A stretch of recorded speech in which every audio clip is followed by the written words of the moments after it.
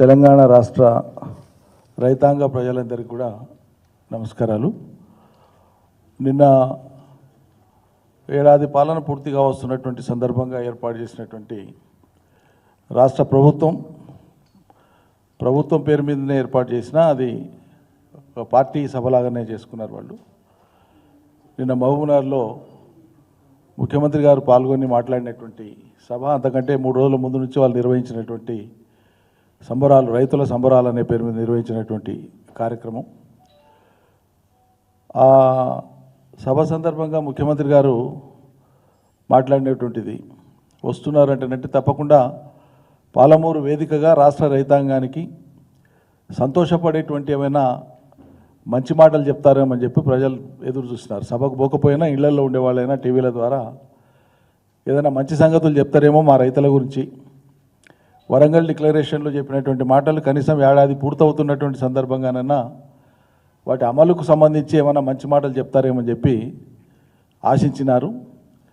రైతులకు మేలు చేసేటువంటి లేదా రైతుల్ని పెంచేటువంటి మాటలు ఏం చెప్పకుండా రైతుల్ని, వ్యవసాయాన్ని తుంచేటువంటి మాటలు మాట్లాడారు ముఖ్యమంత్రి గారు. అది ఆశ్చర్యం కల్పించేటువంటిది.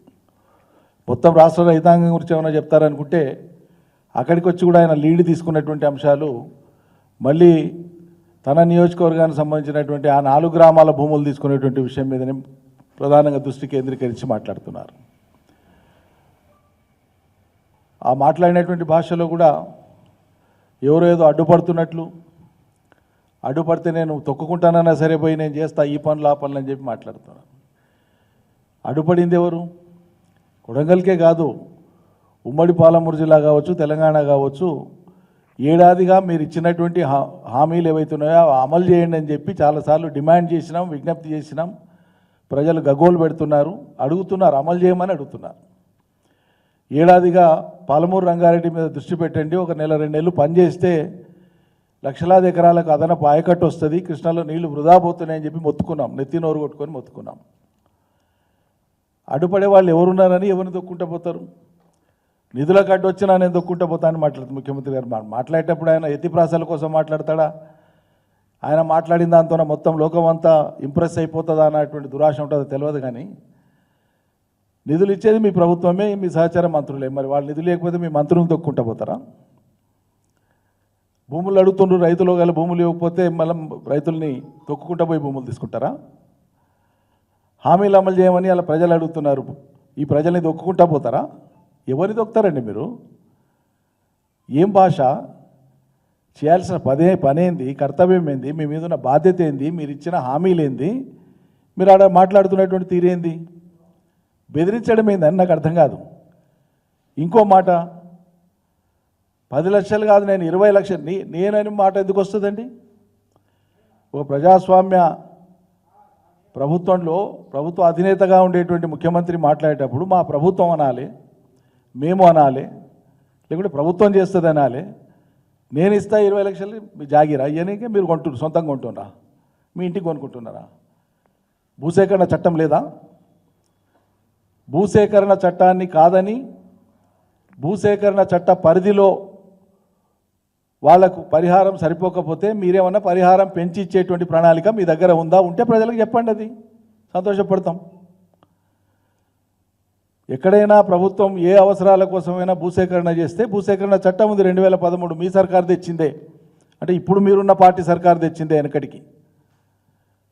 దాని ప్రకారం ఇవ్వాల్సి వస్తుంది. మేము స్టేట్ అమెండ్మెంట్ చేస్తాం, 10 కాదు 20 లక్షలు ఇస్తాం, 20 కాదు 30 ఇస్తామనే ధైర్యం ఉంటే మీకు నిధులు పర్మిట్ చేస్తే సంతోషంగా ప్రకటించండి. ఇది ఒక కొడంగల్కే వర్తిస్తుందా? రాష్ట్ర ఎక్కడైనా భవిష్యత్తులో ఎక్కడ భూసేకరణ జరిగినా వర్తిస్తుందా? ఇంకో మాట, ఇక్కడ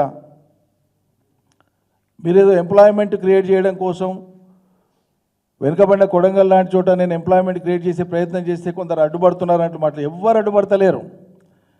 ఒక్క కొడంగల్లే కాదు, మీరు పాలమూరు బిడ్డ అంటున్నారు కదా, మీరు పాలమూరు బిడ్డ అని చెప్పుకుంటున్నారు కదా, మరి పాలమూరు బిడ్డ అయితే మొత్తం పాలమూరు గురించి లేదా మొత్తం తెలంగాణ గురించి పాలమూరు ముద్ర మొత్తం తెలంగాణ మీద ఉండేటట్లు మీరు కొత్తగా 1 ఎకరా భూమికి సేకరించాల్సిన పని లేదు. ఇప్పుడు నిజం చెప్పాలంటే అవసరమైతే భవిష్యత్తులో చూద్దాం.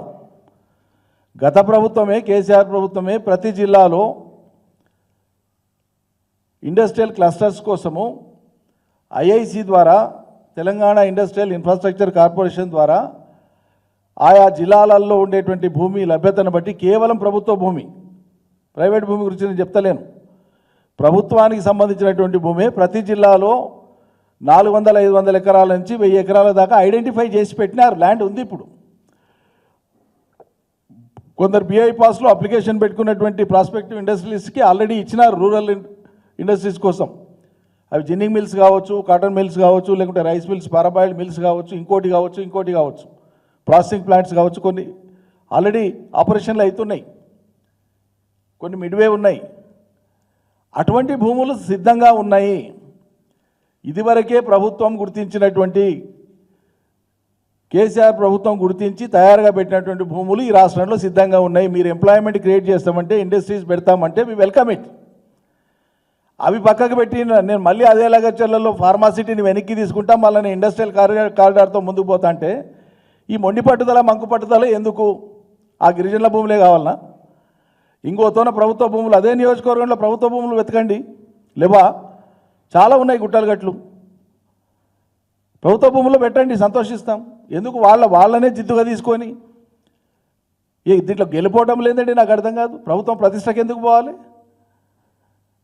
ఆ పేద గిరిజన భూముల్ని మళ్ళా మేము ఇంకో కేటగిరీ కింద నోటిఫై చేస్తాం, ఫార్మా కాకుండా ఇంకో దాని కింద నోటిఫై చేస్తే అప్పుడు ఎవరేం మాట్లాడతారు అన్నట్లు మీరు సాంకేతికంగా పోతున్నారు. అది సరైంది కాదు. మళ్ళీ ఆరిపోతున్నటువంటి నిపురవల్ని మీరు మంట పెట్టినట్లయితే, మీరు ఆజ్యం పోసినట్లయితే ఇది తగదు అని చెప్పి మేము హితవు పలుకుతా ఉన్నాం.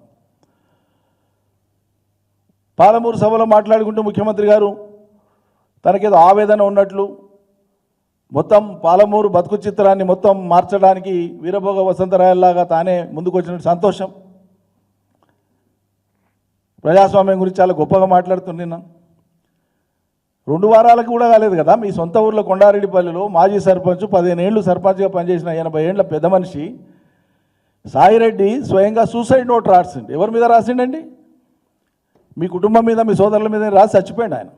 నిజం కాదా ఇది? పరామర్శకు పోవడానికి, ఆ కుటుంబాన్ని పరామర్శించడానికి బయట నుంచి పోయేటువంటి వాళ్లను గ్రామంలోకి రాకుండా కట్టడి చేసి, ఒక మనిషిని కూడా ఊర్లోకి ఎంటర్ కాకుండా చేసినటువంటి మీరు, మీ ప్రభుత్వము, మీ యంత్రాంగము పాలమూరులో వచ్చి ప్రజాస్వామ్యం గురించి మాట్లాడతారా? కొండారెడ్డిపల్లికి మాత్రం ప్రజాస్వామ్యం వర్తించదా? నేను చదువుకునేటప్పుడు ఊళ్ళో పాలమూరులో అప్పుడు బస్సులు పోతుండే, వలసలు పోతుండే, అవి మార్చనికే నేను వచ్చాను. మీరు మార్చేదేంటండి? వలసలు ఆపేసి పచ్చని పంటల పాలమూరును చేసింది మా ప్రభుత్వం. దానికి మీరు ఏమి యాడ్ చేస్తారో చేయండి, ఎంత పెంచుతారో పెంచండి. ఇప్పుడు వచ్చి మీరేదో వలసల్ని ఆపుతా, వలసలు ఇప్పుడు లేవు. భారీ వలసలు ఎప్పుడో వెనక్కి వచ్చేసినాయి. పాడి పంటలతోనే పాలమూరు పచ్చగా ఉంది. ఉన్న పాలమూరు పచ్చదనాన్ని నిలబెట్టే పని చేయమంటున్నాం మిమ్మల్ని. మళ్ళీ ఎడారి చేయొద్దంటున్నాం, మళ్ళీ వలసలు పోయే పని చేయొద్దంటున్నాం. అయినా మీరు చదువుకునేటప్పుడు బస్సులలో వలసపోయినటువంటి కాలంలో ఉన్న సర్కారు ఎవరిదండి? మీ ఇందిరమ్మ రాజ్యమే కదా. మీ ఇందిరమ్మ రాజ్యంలో మొదలైన వలసలే కదా అవి. మీ కాంగ్రెస్ పాలనలో మొదలైన వలసలే కదా అవి. వలసల పరాకాష్ట, కరువు పరాకాష్ట, కరువు బీభత్సం ఎట్లా ఉంటుందో తెలుగుదేశం ఎమ్మెల్యేగా శాసనసభలో మీరు స్వయంగా మాట్లాడినారు కదా. మీ తండ్రి చనిపోతే దినవారాలు చేయడానికి పోతే స్నానం చేయడానికి నీళ్లు కూడా గతి లేవు. ఉన్న కొద్దిపాటి నీళ్లు బోర్లలో ఉండే వాటితో స్నానం చేద్దామంటే బోర్ల కరెంటు కూడా గతి లేని పరిస్థితి కాంగ్రెస్ దాన్ని మాట్లాడింది మీరే కదా. ఆనాటి పరిస్థితి కారకులు మీ కాంగ్రెస్ పార్టీ కదా. దానికి ఆ స్థితిని మార్చి, తెలంగాణ తెచ్చి ఆ స్థితిని మార్చినటువంటి పార్టీని కానీ, ఆనాటి ప్రభుత్వాన్ని కానీ తప్పుపట్టేటువంటి ప్రయత్నం ఇంకా చేసుకుంటూ ఎంతకాలం పోతారు?